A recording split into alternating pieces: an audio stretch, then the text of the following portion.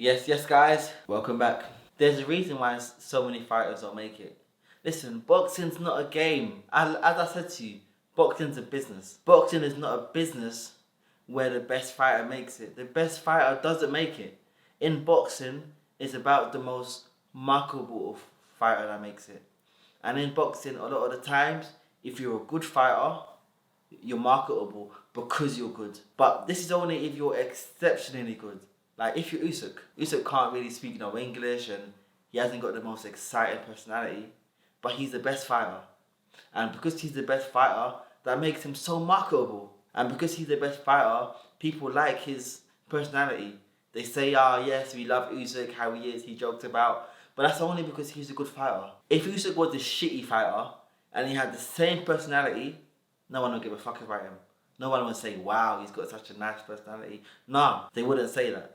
They only like the personality because he's the best fighter. So a lot of the times in boxing, a lot of fighters that are good, and I know certain fighters that are good who don't get far because they're not marketable. They say that in life that controversy sells, and in boxing, controversy does sell. I know certain fighters that are as good as me, even better than me, but they didn't even get to where I got. Why?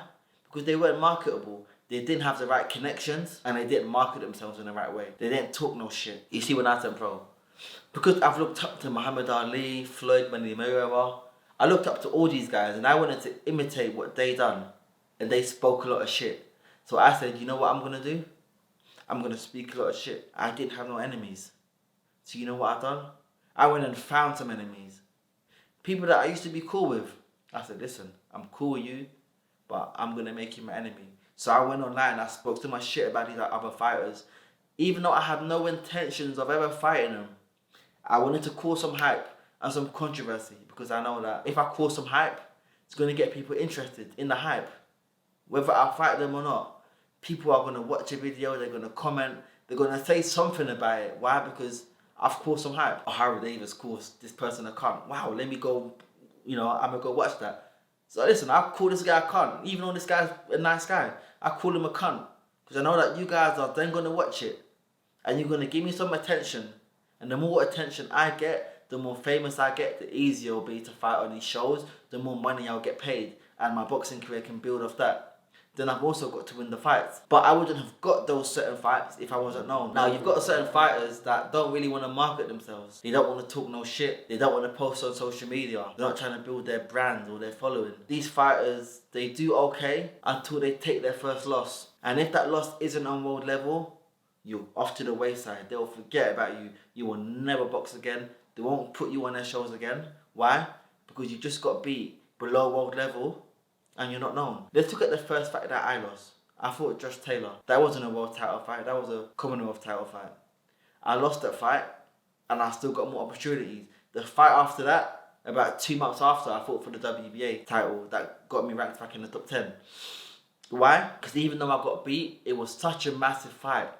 Because of the controversy, because of the hype, me and Taylor going back and forth, and then before that, me and Dave Matthews going back and forth, and I caused so much hype around my name that even though I just lost, I just got beat, promoters didn't care, because I'm still a name.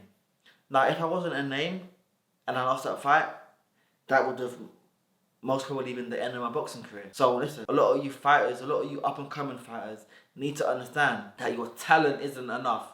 Unless you're Usyk, unless you're Lomachenko, unless you're the best fighter in the world, your talent isn't enough. And you need to build a brand, build a following. Everyone's built a brand, everyone's built a following.